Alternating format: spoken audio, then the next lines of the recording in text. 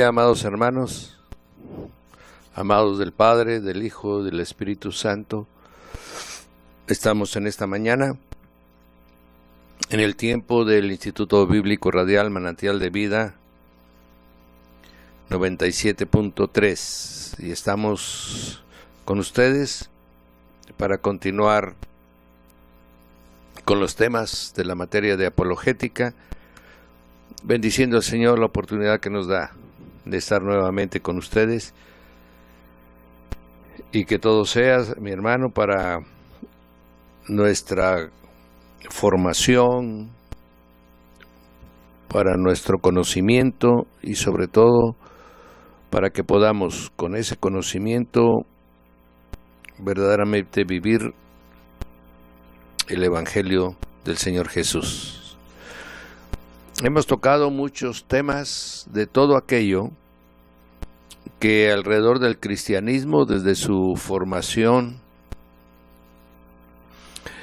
ha estado tratando de impedir que permanezca. Desde que el Señor Jesucristo estableció a través de los 12 en aquel día de Pentecostés, la iglesia ha permanecido sobre la tierra. Ha sido perseguida, ha sido envuelta en el engaño, ha sido de alguna manera tratada de desvirtuar en el mensaje. La apostasía desde el principio pretendió contaminar la pureza de la doctrina, de ahí se derivaron muchas herejías que hasta hoy persisten. Pero la iglesia está firme, la iglesia avanza, la iglesia crece, amén, conforme al plan de Dios. No hay nada que la pueda detener, nada la va a detener, hasta el día en que sea llamada por aquel toque de trompeta. Entonces, por voluntad divina, la iglesia se elevará por los aires. Pero antes, a pesar de todo lo que intenten, la fuerza del hombre, el ataque de las tinieblas o la ignorancia de los pueblos, no la detendrán. Y esto es para usted y para mí, mi hermano, es una garantía de que Dios tiene el poder y el control de todas las cosas. Bien. Hoy hablaremos de un tema que desde el principio de las Sagradas Escrituras está presente, pero que hoy en los últimos tiempos está mostrando su verdadera intención. Y estoy hablando del ecumenismo. El ecumenismo viene de dos palabras griegas, oiko y eumene, juntadas es oikumene, que quiere decir ya en español ecumenismo, que quiere decir la casa de todos, ¿verdad? Con esto quieren dar a entender que todos podemos caber en el mismo lugar, que todos podemos ir al mismo templo, adorar al mismo Dios, que todos tenemos realmente el mismo Padre, el mismo Creador. Esta es la intención que ha tratado desde el principio, donde podemos encontrar el primer intento ecuménico en el capítulo 11 de Génesis. En el capítulo 11 de Génesis tenemos a Nimrod, que ha constituido reinos y todos los hombres tienen una misma lengua, un mismo sentir, y por lo tanto trataron de construirse una casa en la cual iban a poner encima de esa casa, iban a poner un nombre. Ese fue el primer intento de Satanás de querer establecer una adoración universal a su persona. Obviamente, cuando vemos en ese capítulo la gloriosa presencia del Señor y el poder de su palabra, y dice, y les confundió las lenguas. Todo el esfuerzo que habían hecho, todas sus pretensiones, los proyectos que sobre eso estaban, el Dios Todopoderoso solo les confundió las lenguas. No les quitó el intento, les confundió las lenguas. Y por eso a lo largo de todo el mundo siguieron repitiendo eso que habían aprendido en ese valle de Sinar. Y así tenemos las pirámides en Latinoamérica, así tenemos las pirámides en Egipto, así tenemos las pirámides aún en lugares muy remotos y lejanos, pretendiendo reproducir lo mismo.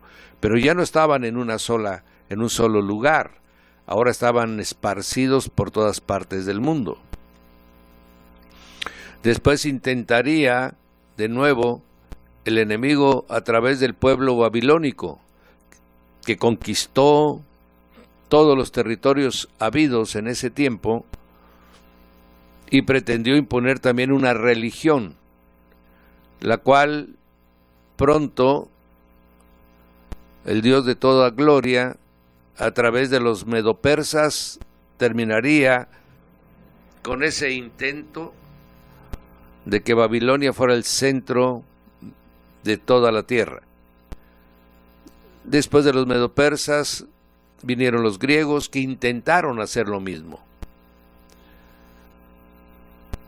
Y luego vinieron los romanos, quienes de alguna manera fueron, cada imperio fue avanzando más en territorio, pero fue perdiendo fuerza, fue perdiendo esencia del valor de lo que promovía, y así tenemos ya el Imperio Romano, un imperio contaminado de las religiones de todo el mundo, un imperio que solamente le interesaba realmente conquistar pueblos y vivir de una manera desahogada, abusando de los conquistados y desatendiendo el área religiosa. Realmente los que sostuvieron la vida espiritual de los romanos fueron los griegos. Los romanos lo único que hicieron fue cambiarle nombre a los dioses griegos. Pero cuando llegó el cristianismo, en ese mover poderoso del Espíritu Santo, entonces se conoció verdaderamente lo que era el Dios que cambia vidas, el Dios que hace maravillas, milagros y prodigios, el Dios que sostiene, guarda y protege. Ahí otra vez volvió a renacer el Dios de Israel, que durante más de 500 años había estado sin ser conocido por los pueblos. Desde que se fue a Babilonia, el pueblo de Israel menguó mucho la manifestación poderosa de el Dios de Abraham, de Isaac y de Jacob.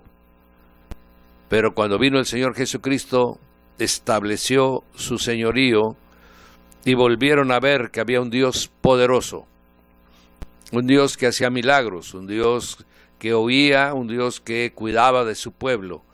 Y desde ese momento, todas las huestes de las tinieblas volvieron otra vez a pretender cercar este movimiento espiritual que venía a echar fuera las tinieblas. Y desde ese momento empezó otra vez el Imperio Romano, con la visión política de gobierno y de administración que tenían, la cual realmente era significativa, decidieron crear una religión de Estado. Por ejemplo, a veces nos sorprende que el catolicismo romano siempre esté aliado a los gobiernos de la tierra.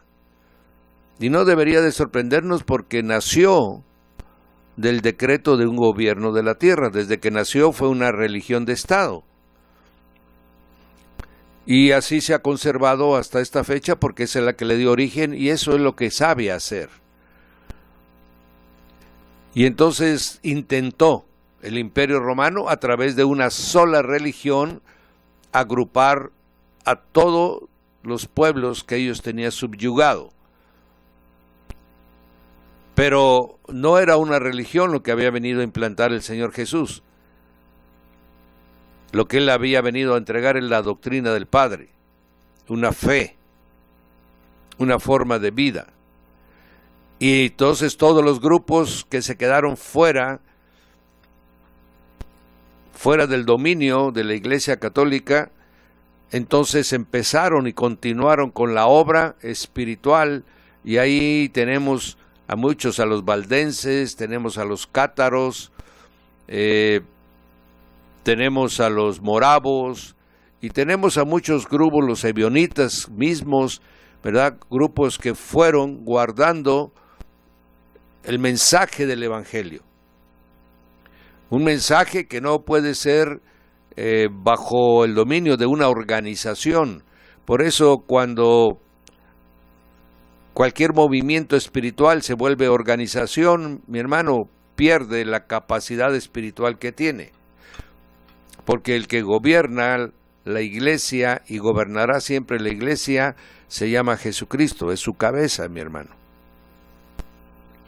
Entonces, desde entonces empezó a intentar otra vez Satanás volver a unir a todas las religiones en una sola. El apóstol Juan recibe la revelación en el capítulo 12 de Apocalipsis, capítulo 13, y ahí habla de que sí se va a constituir una religión universal. Esa será ya el final de los tiempos, cuando se le entregue a Satanás la capacidad de gobernar, se le dará autoridad por 42 meses, dice en estos 2 capítulos, y podrá establecer la religión ecuménica sobre la tierra, sí, la va a establecer. ¿Va a haber adoración a Satanás en la tierra? Sí, sí, va a haber adoración. Se le va a dar esa autoridad. Pero ahora nosotros estamos viviendo ese movimiento que finge ser un movimiento espiritual de unidad, cuando realmente lo que quiere es ser un movimiento espiritual de uniformidad. Pretender, mi hermano, que todas las religiones tienen la verdad sería tanto como decir que hay muchos dioses. Alguien tiene que tener la verdad, y esa es la verdadera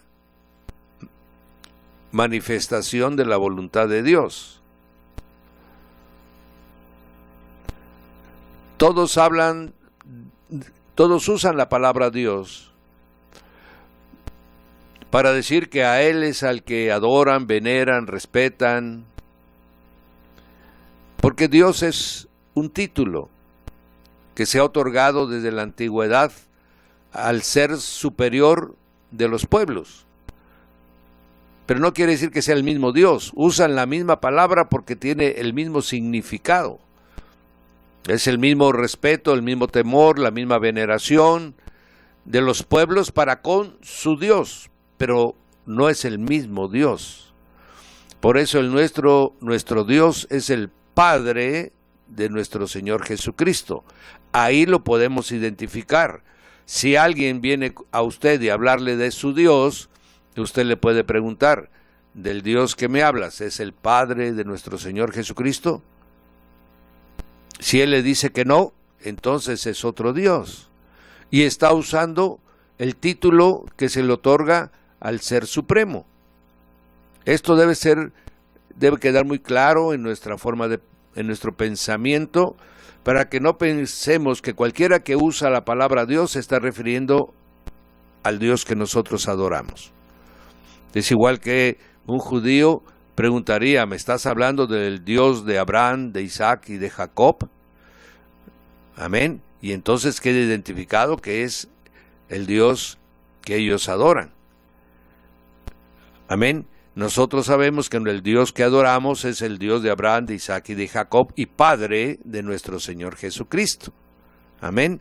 Y entonces vamos identificando, porque tiene nombre y apellido. Vamos ubicando de quién estamos hablando, ¿verdad? Porque después pensamos que estamos hablando de la misma persona, pero si no hacemos una referencia adicional, pues entonces estaremos cada uno en un concepto equivocado, pretendiendo que estamos hablando de la misma persona. Amén. El Dios que tú y yo adoramos demanda que se le adore como el único e indivisible Dios, como el todopoderoso Dios. Y nosotros así lo creemos. Si el católico viene y te dice que hay que adorar un Dios que está ajeno al hombre, pero que tiene una virgen que es intermediaria, entonces ya no estamos hablando del mismo Dios. Si viene un budista y te habla de que es necesario que nosotros neguemos nuestra existencia para poder conectarnos con el Dios que ellos adoran, ya no es el mismo Dios, porque el Dios nuestro oye y contesta. Si viene un hinduista y te dice que el Dios que él adora está en todas partes, que está en las plantas, que está en los árboles, que está en los animales, que es un Dios panteísta, ese no es el Dios de nosotros. El Dios de nosotros creó todas las cosas, sí, pero solamente hay uno que es de su misma sustancia, y esa se llama Jesucristo. Y entonces vamos viendo las diferencias que tenemos, que no son pocas, amén, sino que son sustanciales. Por lo tanto, pensar que podemos reunirnos todas las religiones, que tenemos diferentes dioses para adorar a un solo Dios, ¿quiénes serían los que declinarían su Dios? Y te voy a decir, mi hermano, ¿quiénes están dispuestos a declinar de su Dios? Los hindús están dispuestos a declinar de su Dios. Los budistas están dispuestos a declinar de su Dios. Aún los musulmanes están dispuestos a declinar de su Dios. ¿Por qué? Porque es el mismo que ha creado las religiones del mundo para confundir al hombre. Pero en el momento que usted le diga, vamos a adorar al Padre de nuestro Señor Jesucristo, a usted le van a decir, no, con ese Dios no, ese Dios no. Amén. Porque el problema de todo el mundo que no quiere aceptar a Jesús como su Señor es precisamente Jesucristo. Entonces, si no es el Padre de nuestro Señor Jesucristo al que el cristianismo adora, con quienes nos vamos a reunir, a sentar y a orar, como lo hacen en las reuniones ecuménicas, mi hermano, en la que están las tribus de los indios, que están todas las religiones del mundo adorando cada uno a su Dios. ¿Acaso la palabra no dice si dos se pusieren de acuerdo? ¿Cómo se van a poner de acuerdo si cada uno de los dioses es diferente? Y si ellos se llegaran a poner de acuerdo, que se van a poner de acuerdo pronto, muy pronto, cuando usted se acerque y le diga, yo voy a adorar al Dios de nuestro Señor Jesucristo, ellos le van a decir, no, nosotros, todas las religiones ya decidimos que vamos a adorar a este Dios. De tal manera que el ecumenismo tiene un obstáculo muy fuerte. El obstáculo para que el ecumenismo llegue a integrarse se llama cristianismo. Por eso, mi hermano, no es gratuito de que al único pueblo creyente que persiguen en todo el mundo, ya se llame África, ya se llame la India, ya se llame Medio Oriente, y ahora aún en los pueblos europeos es al cristianismo. Aún nosotros en Chiapas tenemos esa lucha contra el cristianismo. Ahora en San Cristóbal, mi hermano, se estableció un grupo musulmán y todos están contentos. Nadie habla en contra de los musulmanes, no los expulsan de sus tierras, no los expulsan de sus lugares, pero a los cristianos, si se convierten, los expulsan inmediatamente de su lugar. ¿Por qué? Porque es la lucha del verdadero Dios contra un falso Dios.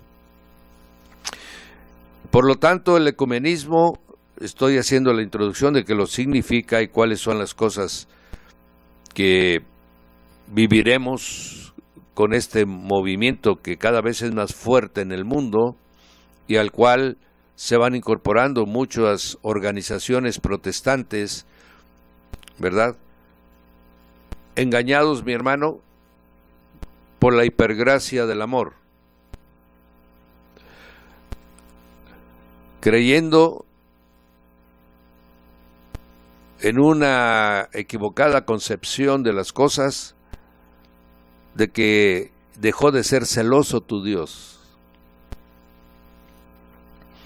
Que el Dios de Éxodo 20, no, ese Dios era celoso, ese Dios era muy exclusivista, ese Dios lo quería todo para él. Amén. No era tolerante, era un Dios demasiado rígido en su moral. No. Necesitamos un Dios que se acomode a todos. Un Dios que tolere la homosexualidad. Un Dios que tolere, mi hermano, asesinar a las esposas cuando mueren los esposos, como es el caso de la India. Necesitamos un Dios que sea tolerante con el aborto. Amén. Como se practica en muchos pueblos. No, ese Dios cristiano, ese Dios es muy exigente, ese Dios no tolera el pecado, ese Dios está peleado con el mal. Amén. Entonces vamos entendiendo que ¿qué es lo que pretende entonces el ecumenismo? Que usted deje su fe y que se sume a la fe de todas las otras religiones del mundo. ¿Acaso las Escrituras no hablan de que hay un solo Dios que se ha revelado de una manera progresiva a todos los hombres desde Génesis hasta la fecha? ¿Acaso no hay constancia más que suficiente que además de ser perseguida su voluntad escrita durante todos los años de la existencia del ser humano, no han podido? ¿Acaso se ha perseguido de esa manera al libro sagrado del Islam? ¿Usted ha oído por ahí que queman el Corán? ¿Usted ha oído por ahí que queman los Vedas de los budistas o el Bhagavad Gita de los hindús? No. Entonces, ¿por qué esos libros no los persiguen y por qué la Biblia es tan perseguida?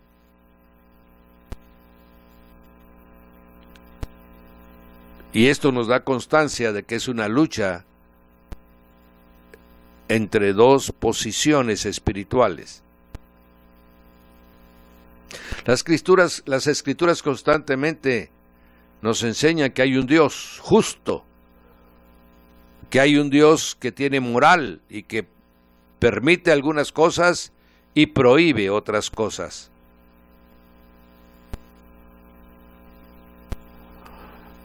Cuando leemos las Sagradas Escrituras, mi hermano, vemos cómo Dios dice: no hay otro Dios fuera de mí. No ha habido otro ni existirá otro. Y entonces yo digo, este es el único Dios.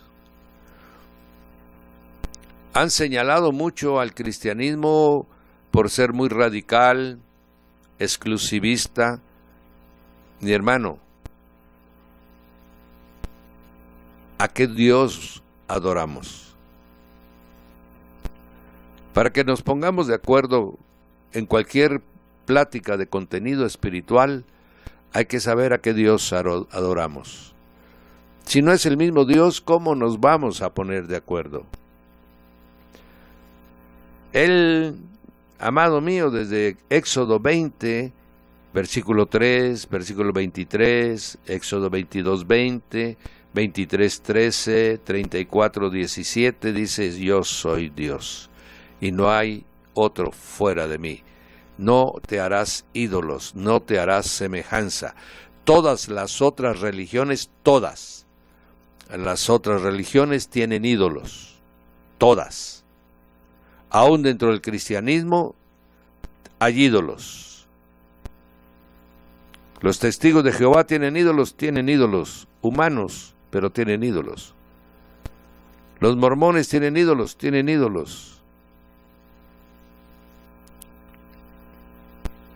De esta manera, mi hermano, tenemos que ir entendiendo a qué Dios nosotros estamos dedicándole nuestra adoración. Las Escrituras prohibieron interrelacionarse y mezclarse con los dioses de otros pueblos. El pueblo de Israel se le señaló que tuviera cuidado de mezclar el mensaje que le habían entregado de adoración al único Dios con la forma de pensamiento de los otros dioses. Cuando lo hicieron, desde antes de entrar a la tierra de Canaán, si usted recuerda en Baal Peor, cuando Balaam logró dar una fórmula ahí para engañarlos, y luego posteriormente, cuando fueron tomándola en el libro de Jueces, nos dice que muchas veces tomaron los ídolos, luego en el tiempo de los reyes, hasta que vino el Señor Jesucristo, mi hermano. Hasta entonces se erradicó la idolatría del pueblo de Israel.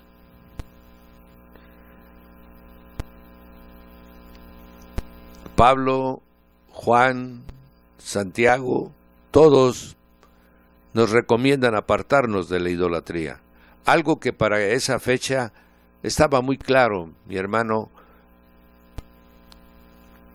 en la religión judía. Dos cosas no habla mucho el Señor: ni de la idolatría, ni del diezmo, ni del sábado. Primero, porque el pueblo sabía de las tres cosas. Amén. Conocía perfectamente de las tres cosas. Sabía que no podía hacer imágenes. Y eso ya estaba totalmente integrado en su forma de pensamiento. Y después Pablo y todos los demás le enseñarían a los pueblos paganos que no se puede hacer imágenes. El diezmo era algo que el pueblo practicaba con toda libertad. No era necesario que se les enseñara lo que sabían. El Señor enseñó lo que no sabían. Obviamente después es una práctica común y llega a ser tan extraordinaria la forma como reciben la doctrina, mis amados, que no solo el diezmo, daban todo. Si tenemos estas prácticas, ¿cómo vamos nosotros a sumarnos a otros pueblos que le dan honra a los ídolos? Que le dan su honor y le dan su gloria a los ídolos. ¿Que acaso un poco de levadura no leuda toda la masa?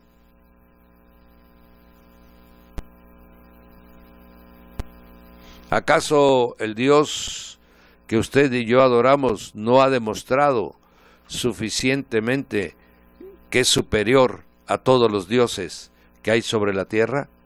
Entonces ellos deberían de sumarse al Dios que ha demostrado y demuestra todo el tiempo que Él es el verdadero Dios. ¿Por qué no se juntan todos los demás al Dios del cristianismo? ¿Por qué quieren jalar al cristianismo al Dios de los paganos? ¿Por qué?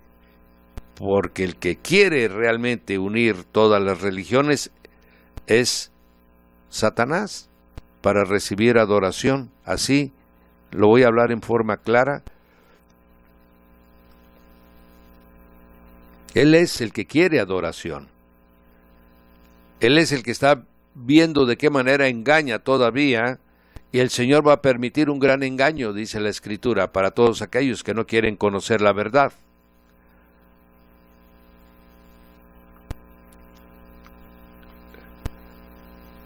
Mire qué tremendo es cuando el Señor Jesús dice: yo soy el camino, y nadie viene al Padre si no es por mí. Está haciendo de una manera categórica,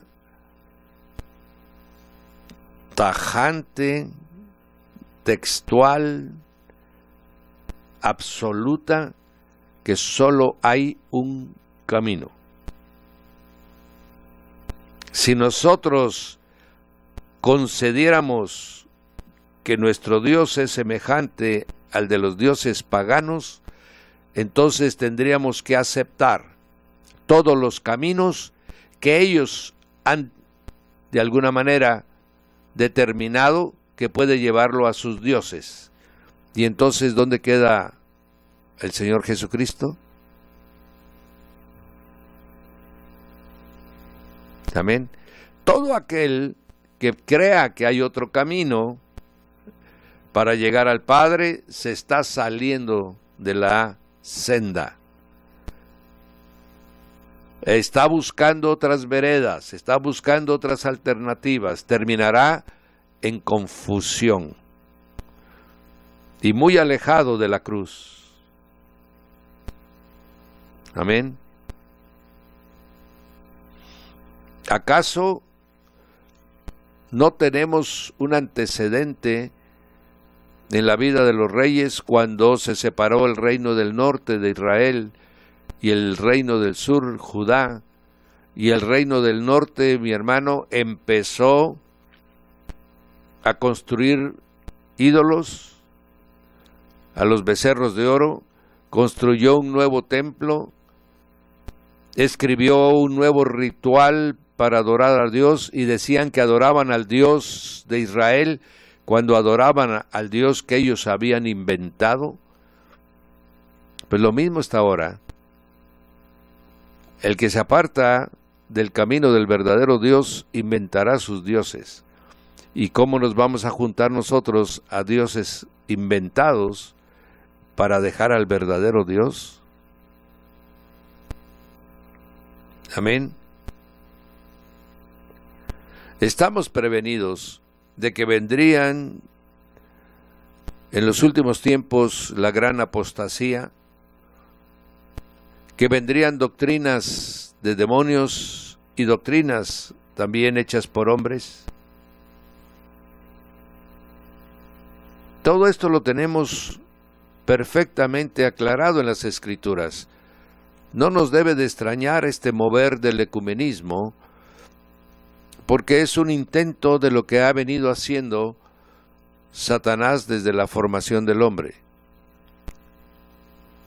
Claro, ahora con otros instrumentos, ahora con otras propuestas, con otras alternativas, tocando la concupiscencia de los hombres. Amén. Y ahí tenemos a grandes personajes que se han dejado seducir. Amén. Vamos a usar, se han dejado encantar. Ya sea por la fama, ya sea por ganancia deshonesta, o ya sea porque les han propuesto liderazgos. Y de esta manera se han desviado muchísimas organizaciones protestantes que ya se reúnen en lugares especiales y en fechas acordadas con el resto del movimiento ecuménico.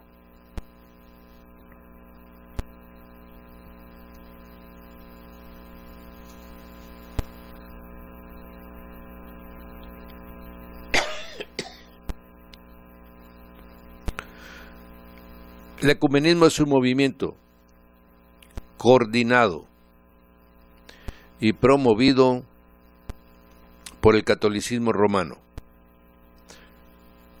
Si se llegaran a reunir todas las religiones del mundo, que lo van a hacer, está escrito y se va a cumplir.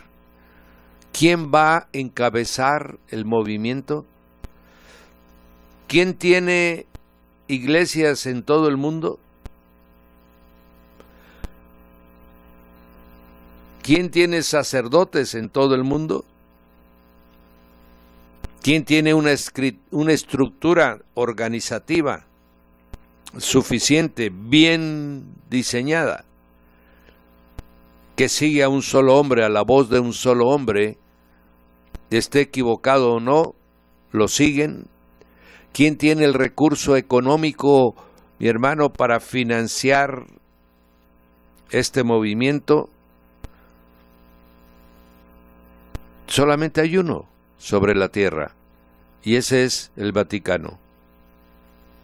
Por lo tanto, este movimiento ecuménico va a ser representado. ¿Por quién? Por el que está más capacitado para ello. El que está más organizado, el que está más estructurado, el que tiene los recursos. Él va a encabezar el ecumenismo.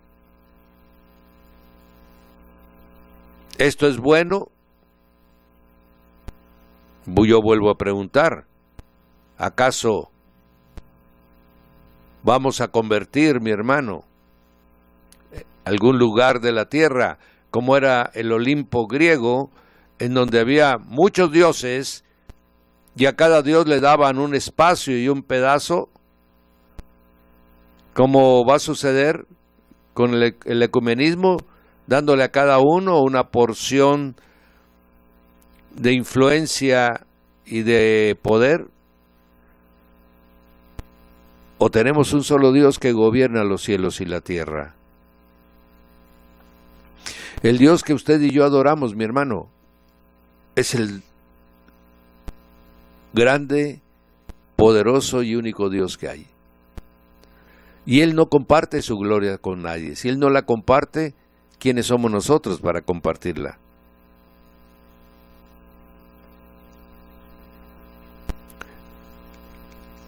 El movimiento actual que tenemos del ecumenismo tiene un impulso muy particular.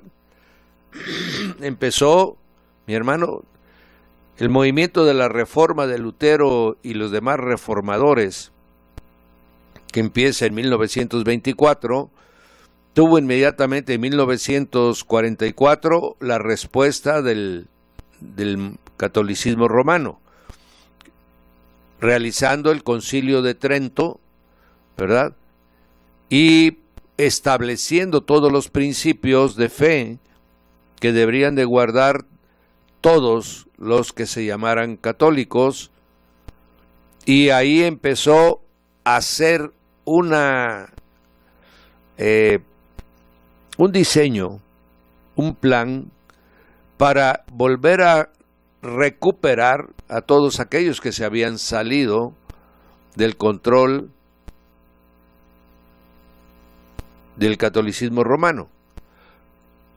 Y lo intentaron durante mucho tiempo a través de la famosa Inquisición, a través de los reyes de la tierra que ellos tenían control, como era el rey de España, el rey de Portugal, el rey de Alemania, y posteriormente con los pueblos que se fueron liberando, ¿verdad? Trataron de volver a tener el control de esos lugares que habían estado bajo su dominio, pero la tierra se fue fragmentando cada vez más en pequeños estados. Fue hasta el Concilio Vaticano II de 1966-68, en el que se hace y establece este Concilio Vaticano una estrategia muy clara de acercamiento a los grupos disidentes, especialmente el protestantismo evangélico, y también la forma de cómo podían incorporarse con el rabinato judío, cómo podían tener contactos con los imanes musulmanes y obviamente con el Dalai Lama, que es el que maneja el budismo, o los grupos organizados de la India, y empezó a establecer contactos con ellos, y a nosotros nos empezaron a llamar que regresáramos otra vez a la casa. Desde entonces empezó, mi hermano, la infiltración dentro del protestantismo evangélico para que las cabezas que se iban incorporando, por ejemplo, en Estados Unidos están las iglesias bautistas del sur, son miles de iglesias, pero tienen un consejo. Entonces, cuando son, como el caso de los testigos, para ser un poquito más preciso, en los testigos son el profeta y 12 que manejan todos los testigos. Es más fácil, mi hermano, convencer a 12 que convencer a los 10 millones de testigos que hay. Y los 10 millones ni siquiera saben que los 12 que están arriba ya están de acuerdo, ¿verdad?, con el ecumenismo. De la misma manera pasa con los mormones. Y el concilio de los mormones, las cabezas ya están de acuerdo con el ecumenismo. La mayor parte de los mormones que están en su casa ni lo saben.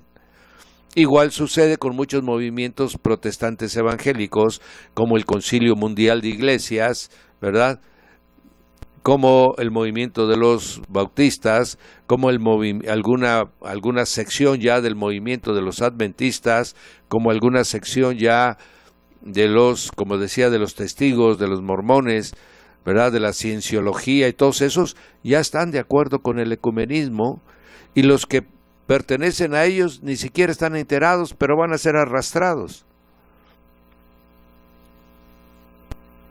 La obra que se está haciendo es una obra muy sólida, muy fuerte, con un financiamiento atrás muy verdaderamente sustantivo.